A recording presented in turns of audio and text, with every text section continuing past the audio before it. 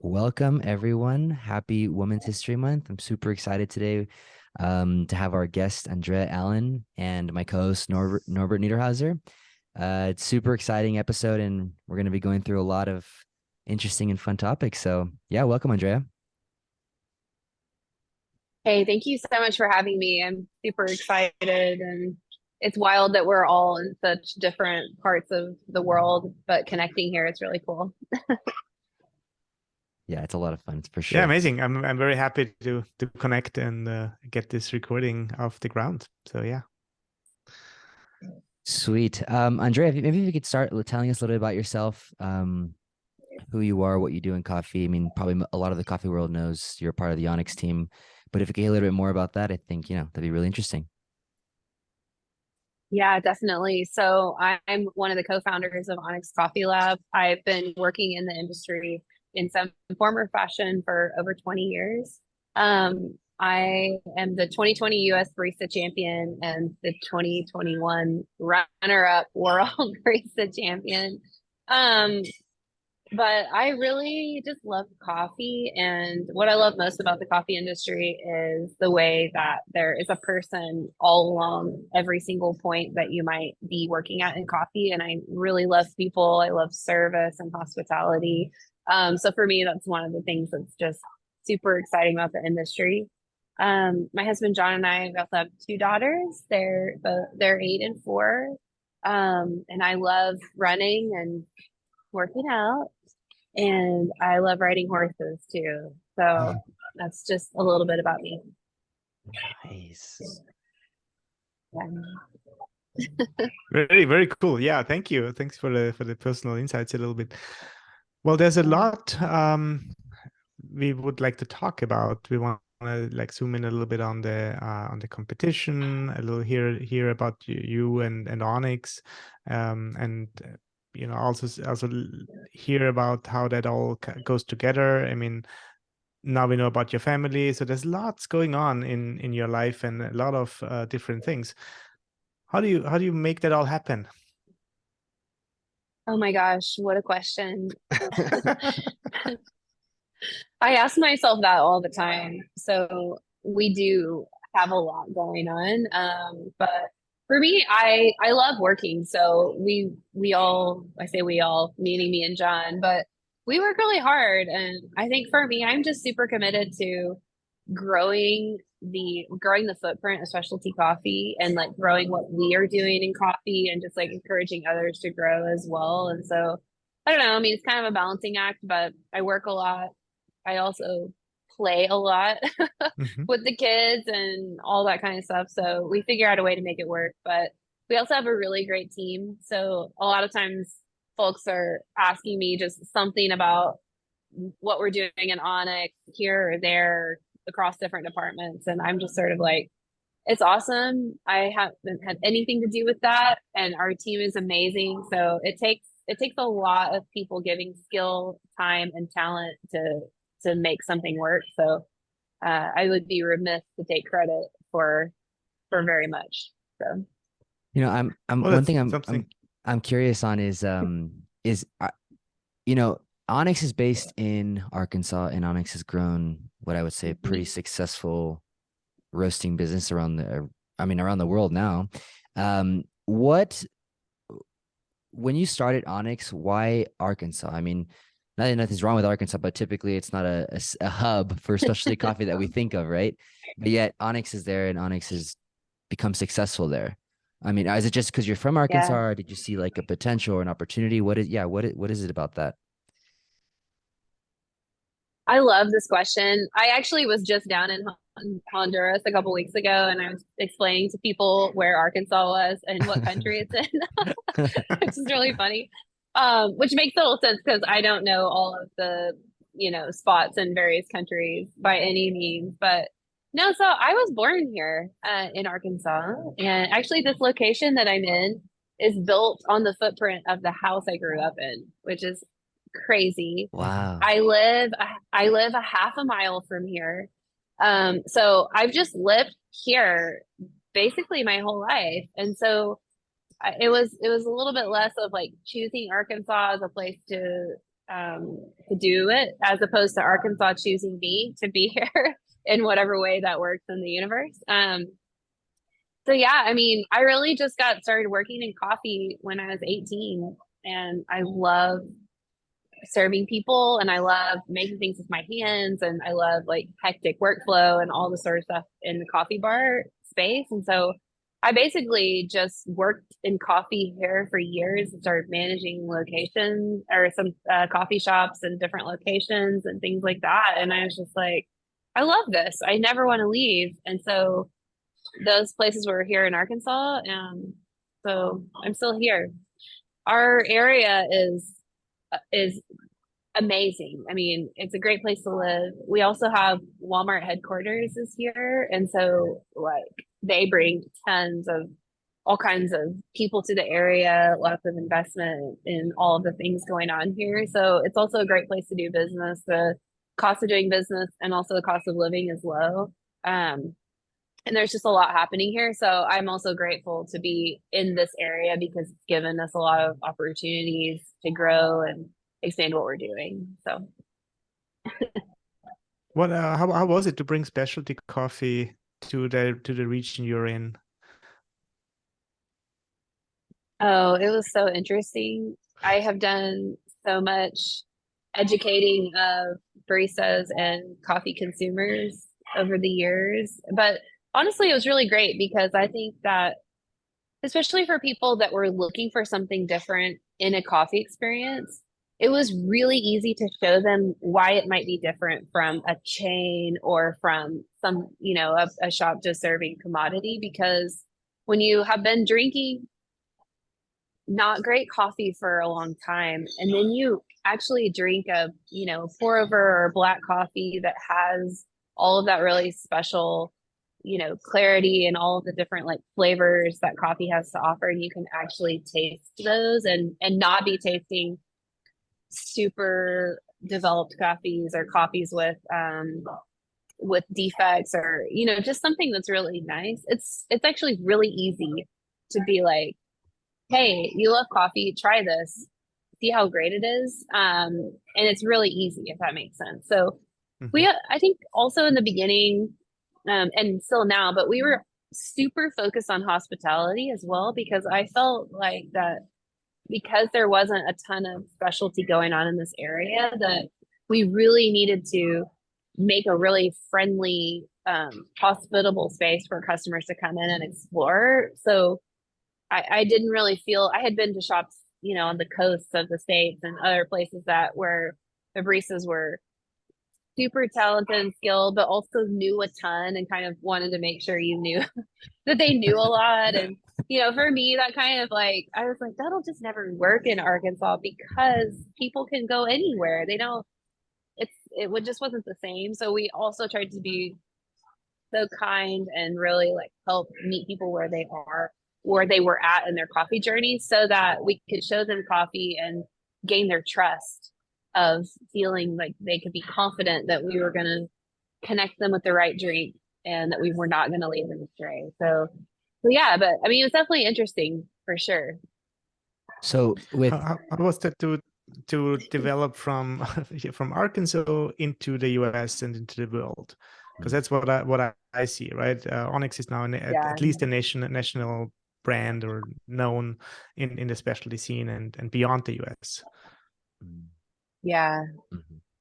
Every time I think about that, it's just wild, because when we first got started, we were a coffee shop, and then we were a roastery, and we were really trying to do wholesale. And so me and John were our wholesale reps, and we would basically just call cafes all over the country and kind of like give them our sales pitch about how great we were and what we were trying to do and how awesome our coffees were. And we get through the whole thing, and then the wholesale cafes that we were trying to get, they were like, well, where are you located at? It's like, oh, we're in Arkansas there.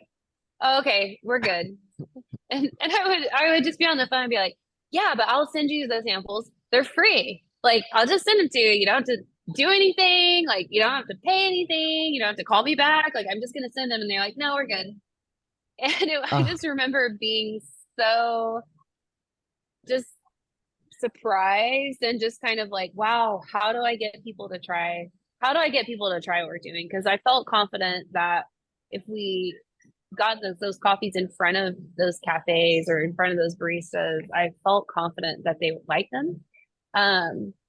And I mean, we've grown a ton since then in our coffee program. The coffee program then is nowhere near what it is now, but you know, I think we're still doing pretty good coffees. And so basically what we decided to do was basically John kind of like pushed me into going to a barista competition because as he was learning the industry, and at this time, it's like 2013, I had been working in the coffee industry for over 10 years. And so as we were learning more about the industry, he was just explaining to me, hey, like you should go to this competition because if you do well, it looks great on our company. And people watch these competitions all over the country. All the baristas watch them, even if they're not able to attend or compete. And so you should do it because if you do good, and I think he thought I could do good, it would be great.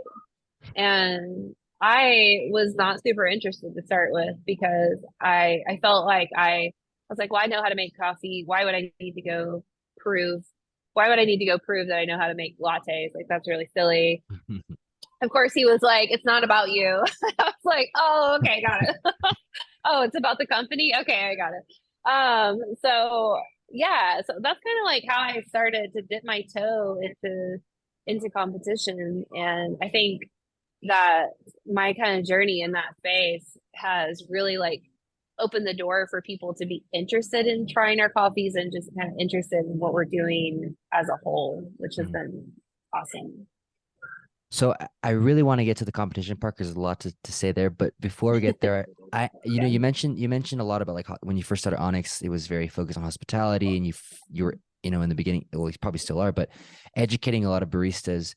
And I'm curious if like that kind of like root, that kind of like fundamental like mentality that Onyx had in the beginning is was kind of a driving force to why like Onyx has become known, at least to me, as like a strong educator in the industry, always investing in like training and training new baristas and just educating the industry in general.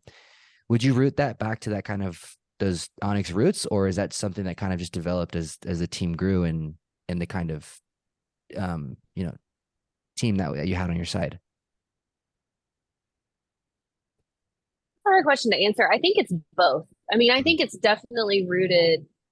Anything that we're doing now is rooted in the sort of desire to represent coffee at the very highest level, no matter what we're doing across the board. So definitely in the beginning, it was really challenging in Arkansas because there wasn't this whole like group of sort of professional baristas that kind of were here that had skills or had knowledge. Basically, everyone we were hiring, and almost now we hire most of the folks we hired don't have coffee experience. And so there's this really interesting thought in a cafe where for me, I actually was just teaching a class to our new hires yesterday. I had 2 new hires in my class, and I told them, the company is only as good as you are.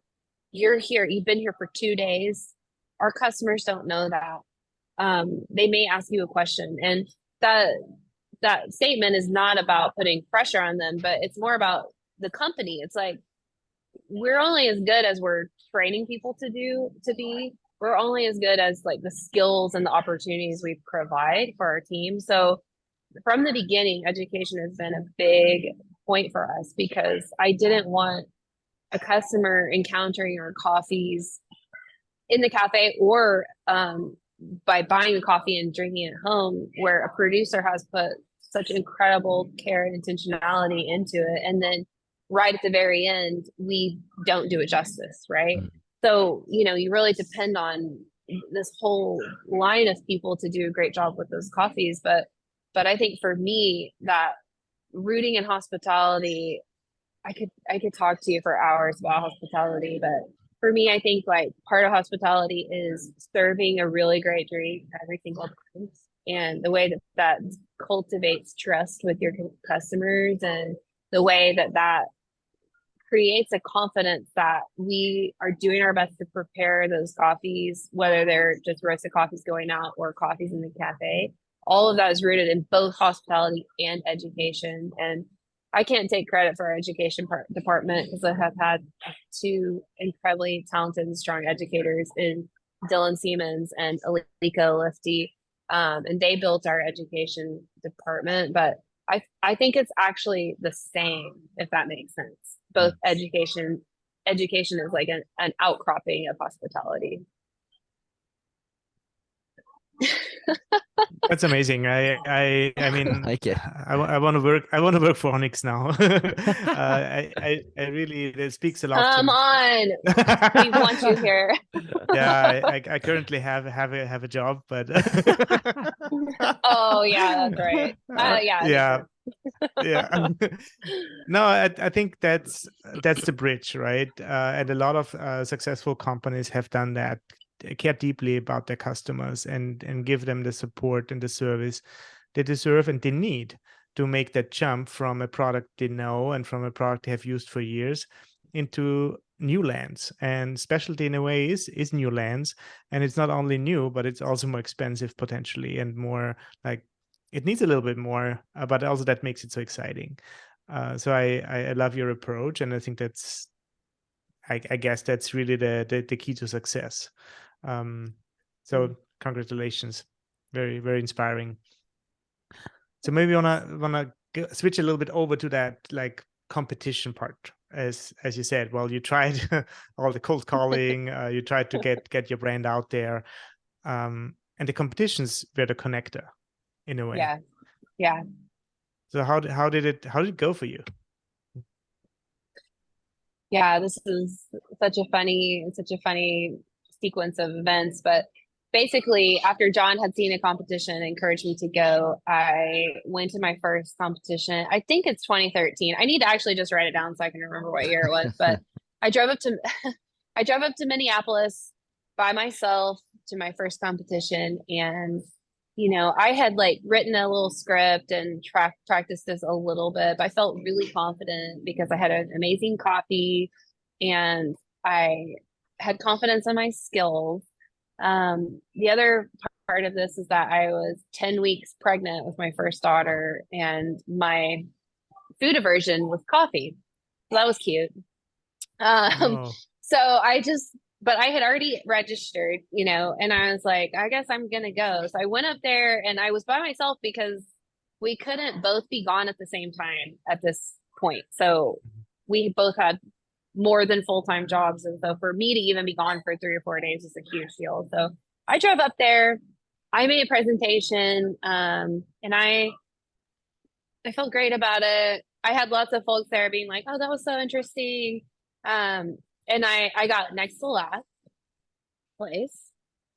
And I went to my debrief with my judges, and literally one of them said, your milk drink was the best milk drink I've ever had. And I scored it at like a 1 out of 5 or 1 out of 6 or whatever. And I was like, this whole thing is so silly. Yeah.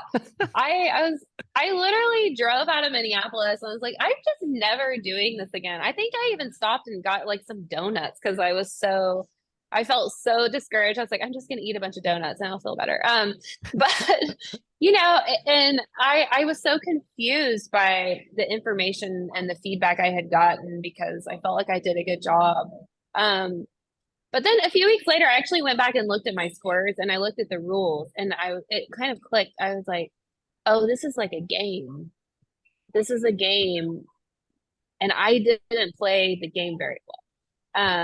Because I didn't know how to score points, right? And so my milk drink was great, but it didn't score points the way it needed to. And that is all based on, what you're serving and then your description and of how the judge is going to experience and encounter the coffees and the flavors and all of the things you've prepared. So I'm super competitive, surprise.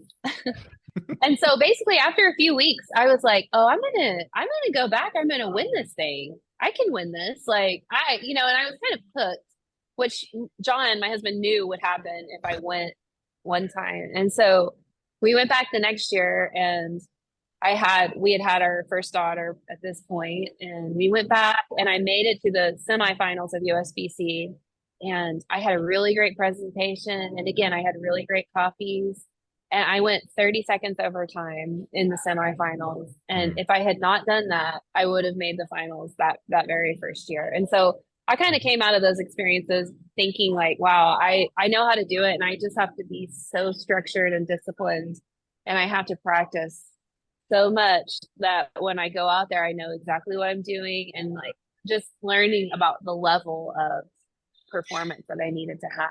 And so, it was a really interesting beginning to my career and in competition. And I don't know how deep we want to get into everything, but I basically came back the next year and placed second to Lynn Butler, which was such an incredible experience in 2016. And then I came back again and got placed second in 2017.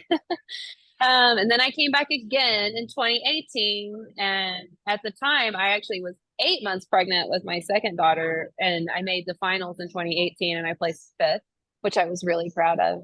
And then I came back again in 2019 and placed second. And then I finally won that thing finally in 2020.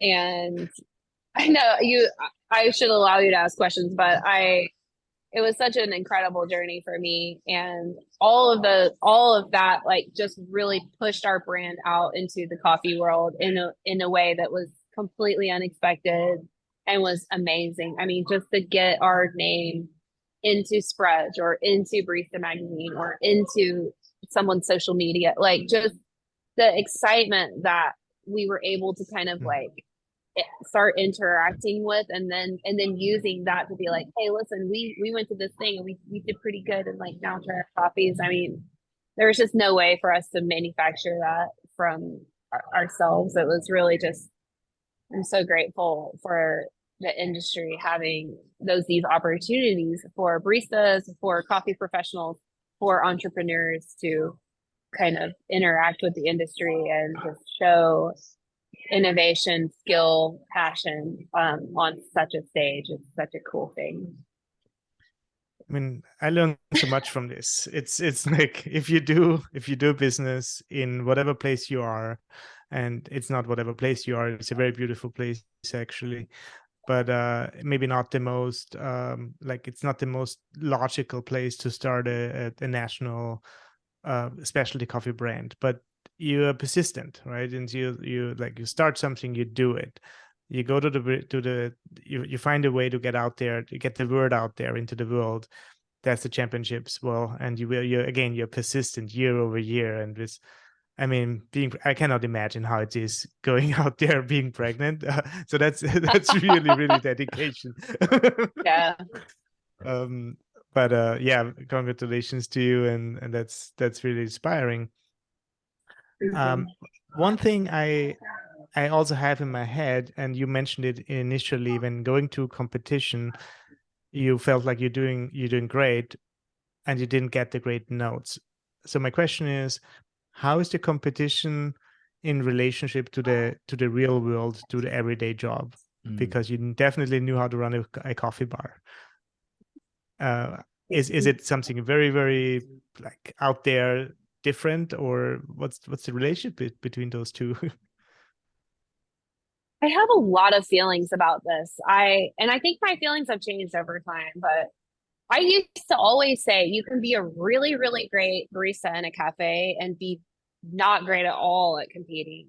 I also think you can be a really great barista competitor and not be a great cafe barista, because I do think they share a lot of skills and they share a lot of things, but they are really, really different. And so, in the competition space, I think it's, especially from people looking at it from the outside, and not outside coffee, but just outside of being competitors, it's really hard to watch someone and then actually evaluate what their score is going to be or what placing they're going to be, because everything is based on flavor and flavor experience or tactile experience. So it's like you can be a really, really great barista, but if you're not also a really incredible taster, you're going to have a really hard time scoring those points. And I think you can also be a really great taster, but if you don't have the barista skills to work without error and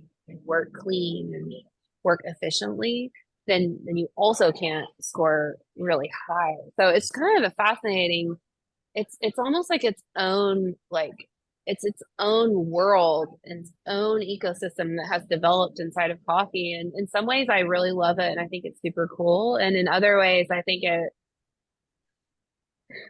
has a lot of room to grow as well, but I think that's all of us, honestly. So yeah. What I hear is basically it's the same relationship that the Formula One has with driving just a regular, I don't want to name any brand, but all those brands are out there on the road, right? You can buy their cars, but it's has nothing to do with it basically, except of like some skills.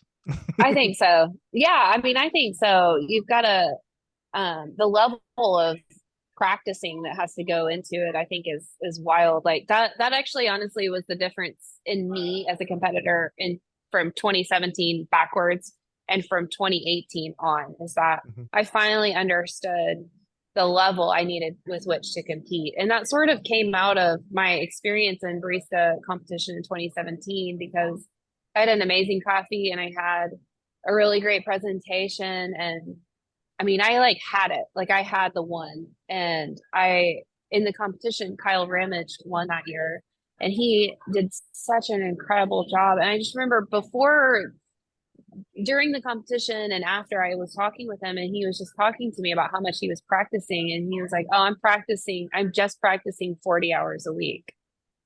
And I was like, really? Like how? And he's like, well, I'm working my job and then I'm going to the lab after.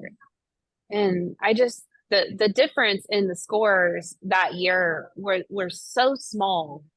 So it was like the closest one ever. And I remember I like kind of boiled it all down to that I had dropped a drop of milk on my table that I didn't see.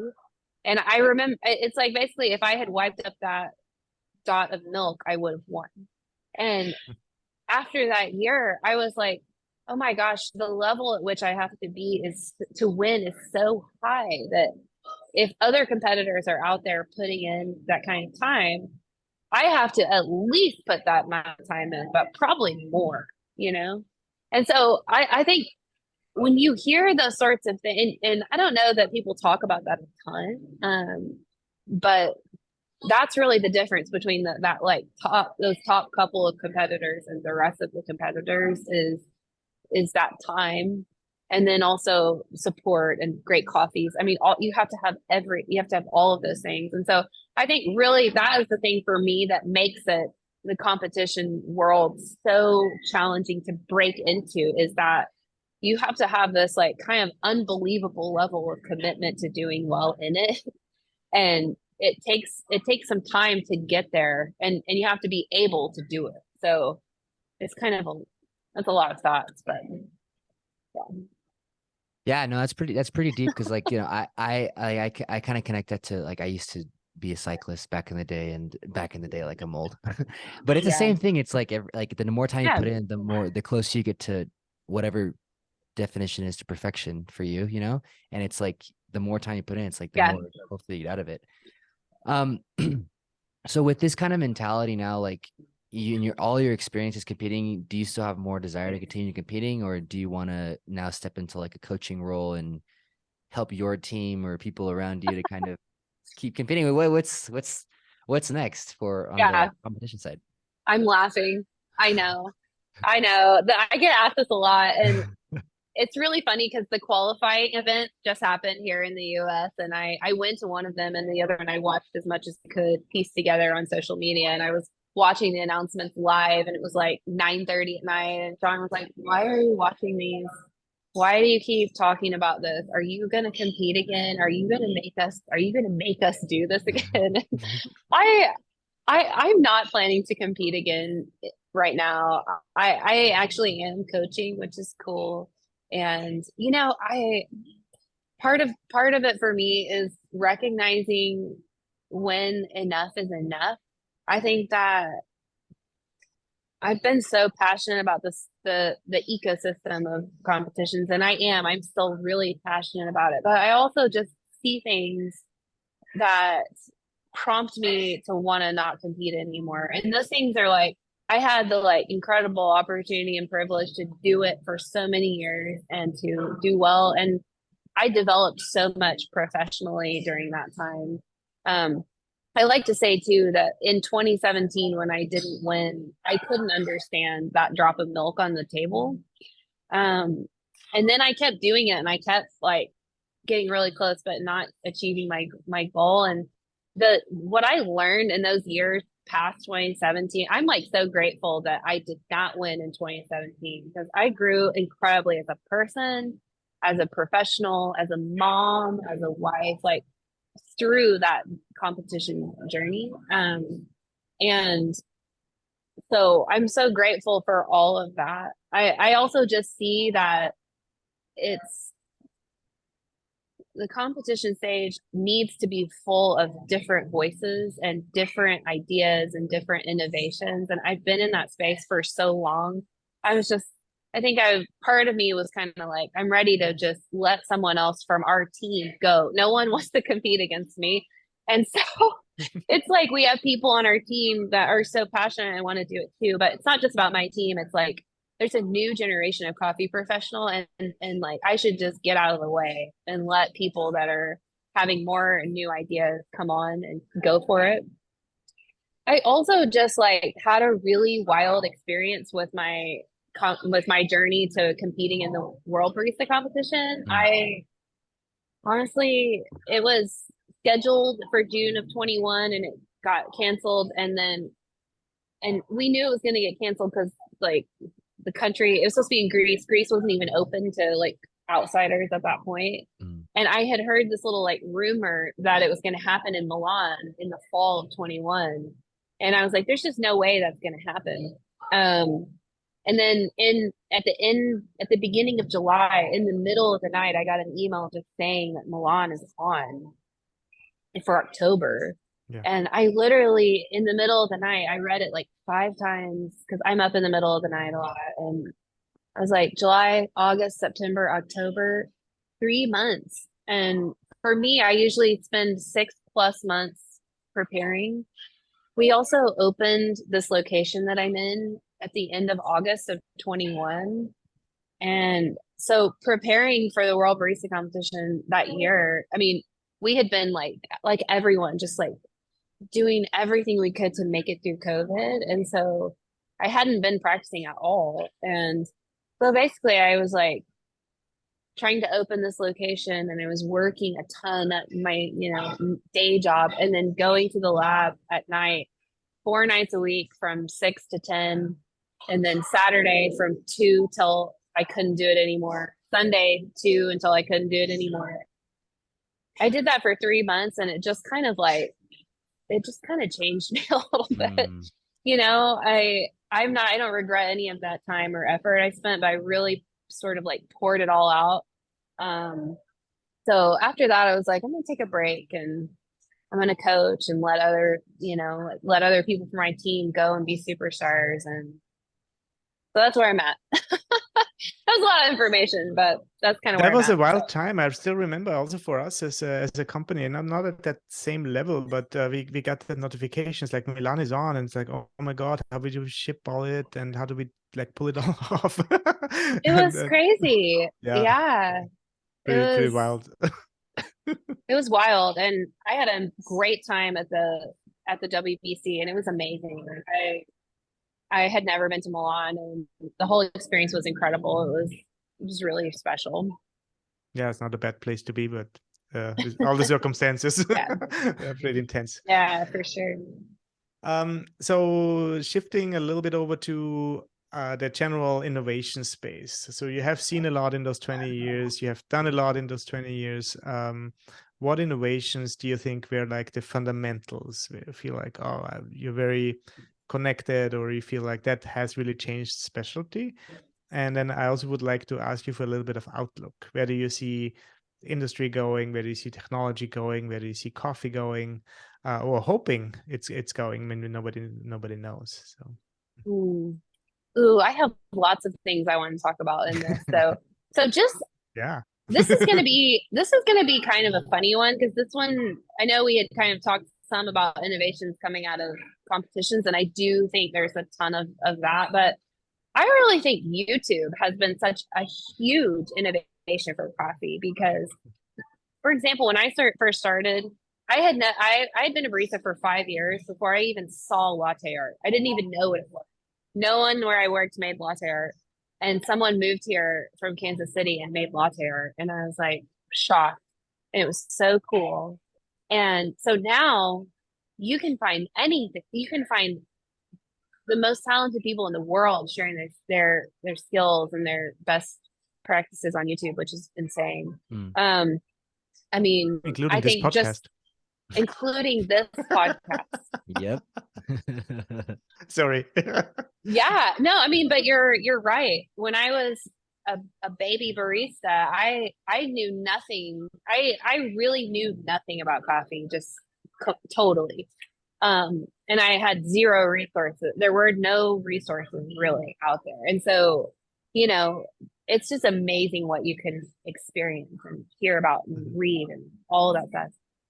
I think uh grinder technology, roasting technology, and just like tools in general for coffee have made it just so cool to be a barista. I mean, like the EK43 grinder as an espresso grinder is just like, I know that's an older kind of one, but like that concept, that's just like the single dose coffee grinder for espresso is insane, because you can have all different kinds of espresso, you know, that you can serve on your bar. And I mean, I love that one. It's a big one. And that one came out of the WBC stage.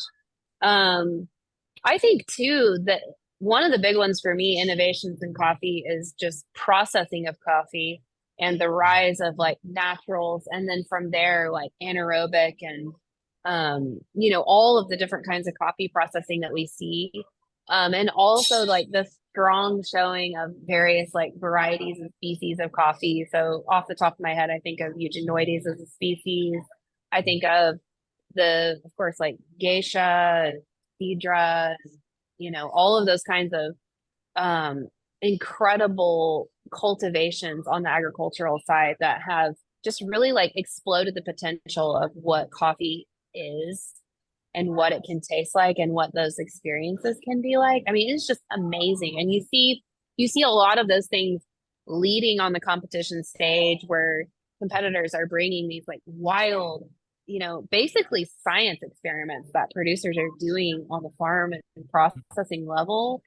But then you see that really flowing out into the industry. I mean, it is just incredible the way that coffee production and processing has exploded since I was first in the industry. And I think that's one of the most exciting things to me, is like just seeing what people are coming up with, and just seeing the performance of that in the cup. It's just incredible. I just have so much admiration for producers. So those are the innovations that I think of being so powerful in the industry, and just really like accelerating specialty and really like bringing it to the forefront of like consumer coffee culture. I think is really cool. I think for innovations I see coming, I mean, we've seen a ton of this, but I think that there's going to continue to be this huge, especially it's specifically in the States, but like this huge at-home coffee passionate individual that I think that is going to be what pushes specialty into its next like chapter. I think that on the Onyx like side, we sell coffee to baristas and to people at home all over the world. And the people asking us the most in-depth, specific, complicated questions are not baristas. It used to be, but they're people that are at home that are buying these like amazing coffees, and it's like coffee is their passion, it's not their job, which is really interesting. And so those folks are hungry for it, and they're like really pushing for coffee to grow, and that is super cool. So I think that is going to continue. I mean, that's not necessarily an innovation, but that's the sort of like a movement that I've seen start in the pandemic time. And I kind of thought it would, like, as cafes reopened and all, I thought it would kind of like return to the way it was before, but that has just like exploded, and it is really, really cool to see that. I think coffee processing and production is going to continue to just skyrocket. I mean, I think as the climate changes, I think people are going to adapt in some, I'm hoping, very incredible ways. I think it is going to be like very negative in some ways. And I think in other ways, it's going to like really push the innovation that's going to happen. And, and like just excited to see like what the next kind of like phase of processing and stuff like that is. So those are just a couple of thoughts. So I'm gonna kind of go out on a limb here because I would like, yeah, I think your perspective would be Let's really do it. fascinating. But so you mentioned a lot about like, there's a lot of technology and like innovations here and people being interested in hearing, and it's attracting more people just for like on a professional level to become more professional, but also on like a consumer level. I'm curious what your thoughts are on the flip side, the origin. So, I feel like a lot of these innovations happen on our side, the consuming side, and not necessarily so much in origin. And I know, like, for example, in Colombia, there's a problem of young people not being attracted to coffee production. They don't see that as like Yeah. as a viable business in their future. I'm wondering if innovation could be a part of changing that mentality in different origins, or based on like your different origin ships, like you were just in Honduras a few weeks ago. What do you see as also elevating origins the way we're elevated here with innovation on the consuming side? This is a really challenging concept. And I just want to say up front that like I'm not a producer, and I want to speak to this from my point of view. So, I cannot pretend to understand what it's like to be a producer. So I don't want to pretend that. Just putting that out there. But honestly, I've been thinking about this quite a bit. I was just in Honduras, and just thinking a lot about this. There are a lot of huge problems in the industry that are troubling from the producing side, and I've heard a lot of people talk about how to fix them. I don't think there's any simple answer, but I do think that the innovation of technology and social media is absolutely something that can help tell a producer's story. So, I don't think there's a way to take the actual farming and the actual production of coffee, and like that is a hard job. It's gonna always be hard. Any agricultural product, it's always gonna be incredibly challenging to do. However, I do think that this newer generation of people that are drinking coffee in the States at home, and newer baristas, like we're all really interested in the concept of a story. And we want to know that where we're spending our money is doing something. So I see this a lot. Like people want to know, hey, I'm buying this. Where did it come from? Tell me about it. What does it mean? What does it mean to you? What does it mean to the person that made? I mean, it's amazing the way that consumers are starting to really think about, when I spend money, what am I doing with, where is it going? And so I'm saying all that to just say that I think that producers coming to a spot where they can really connect with that end user is like really, really important. And I think is really, really desired by the person at the very end. I think that if I was able to go to my producer and say, or not my producer, but to my customer and just say like, hey, like Pedro Ecavera produced this coffee, and like, this is his story. And he is like, helping run these associations that are like raising the standard of coffee production in his area in Colombia. I mean, Rigoberto Herrera, who's a dear friend of mine, and like, I mean, these are very accomplished producers, of course. So like, I'm not singling them out as like the example in this spirit, but I think it's like social media is free. It's a way that producers could tell their story, connect with the consumer at the end, and could help like promote what they're doing in a way that I think could help them like make strides. I don't know. I mean, I think that it's going to be really hard to get young people to come back to producing coffee until coffee like supports financially.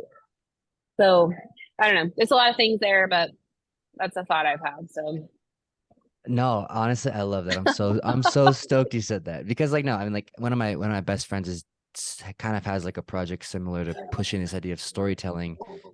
And I think it's true. I mean, for people my age, especially, who I think we're more conscious of those kinds of things and want that kind of experience. And I think storytelling and understanding the story is a part of that. So thank you for that. I appreciate you saying that for sure. yeah. Cool. So, with it being also Women's History Month, I want to get your, a little bit more of your perspective on that as well. And I'm curious,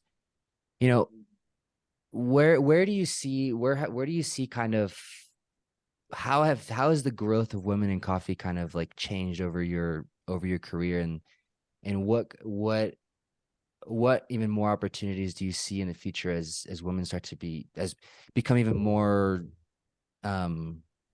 how do I say, even more prominent in the industry as you've become as well, and a lot of other women as well have become? Yeah. I mean, it's changed a ton. So when I first started, especially in the competition space, very, very few women, very few, really anything other than like white guys. And I love white guys. I'm married to one. So, but like it's just kind of like a specific kind of person that's out there competing, and also just like in the professional space in general. I mean, I'm a coffee professional, but I'm also a business owner. And so in the early days for sure, always traveling in groups of men, not very many other women around. And so, I think that the landscape has changed a lot. And I think in a lot of ways it's like super positive. I mean, I see women in competitions, I see women in green buying roles, I see women in CEO roles. I mean, I see women like really being able to like kind of get some of these like really high end jobs by working hard and showing their skills and just being super talented in the field. And I think that's really great. We obviously saw Aga win the WBC in 2018, which was like an incredible accomplishment for her and just for women as a whole. But I still think there's a lot of work to be done. I mean, I still am regularly in spaces where I'm the only woman. And especially on the producing side, I know that some of the like cultural structures in producing countries don't really allow for women to be the sole person that is like owning a business or owning the farm or like owning I see a lot of women on that level, like being responsible for all of those things, but not necessarily being the beneficiary of them. And so, I mean, I think there's a lot of work to be done in that space. And just, but I think there have been a ton of like strides forward for women in the industry for sure. Well, with your strong example, I think that's hopefully motivates others to follow. And I think it's just a wonderful, not only story, but like what you have done and what you have created, hopefully inspires others to follow. And yeah, thank you for sharing that. I think that's a very powerful example. Yeah. Thanks. Yeah, I think for me, like I hope to be inspirational. I hope to be someone that people or other women can look at and think like, oh, I see where she's done this, like I can do that. I also hope that people like see, oh, I see where she made these mistakes and like I will not make those mistakes. I mean, I kind of like want to be out there in all of those ways. And I think another thing that a lot of women think about is just like I want to like serve as that for people, but I also don't want to be like the example for people or the representative for people, because I think there's a lot of women out there that are completely different than me and like are also incredible and doing really amazing things. So I think, it's really easy, especially in those like kind of earlier years in my competition career, for there to be this sort of thought of like, oh, this is the woman competitor, this is the, female business owner, or like this is what she should look like. And I don't like that mentality, because I think we're all as people incredibly different from person to person, and that like, one woman being the representative of any group is never going to be accurate to like the incredible potential and talent and diversity of skill sets that women across the board have. So just wanted to add that in there. Absolutely. I think it's always more powerful if you create your own, right? But having those Yeah. examples, having those like directing lights is very helpful. And Yeah. as you say, it's not that everybody has to follow exactly your path. You don't have to be pregnant to win a competition, but you can be, right? You can be. And, Yeah, it can be. and that alone is like and so many more things. And as you say, well, along the way you make mistakes, and that's just what a successful person usually does: overcome those and keep going. There's almost no glory without mistakes. I mean, Yeah. if someone presents it that way, I'm suspicious. Me too. Nice. Yeah. Oh man, Andrea, this is so cool. Thank you so much. Thank you for being an example. Thank you for everything you're doing. I really appreciate you joining us today. It was amazing. Yeah. Thank you for having me. I love having conversations, and I think it's really great to put these kind of ideas and concepts out into the industry. And I just appreciate you thinking of me and making a space for me. Thank you so much. It was awesome. And I hope I see you in Portland.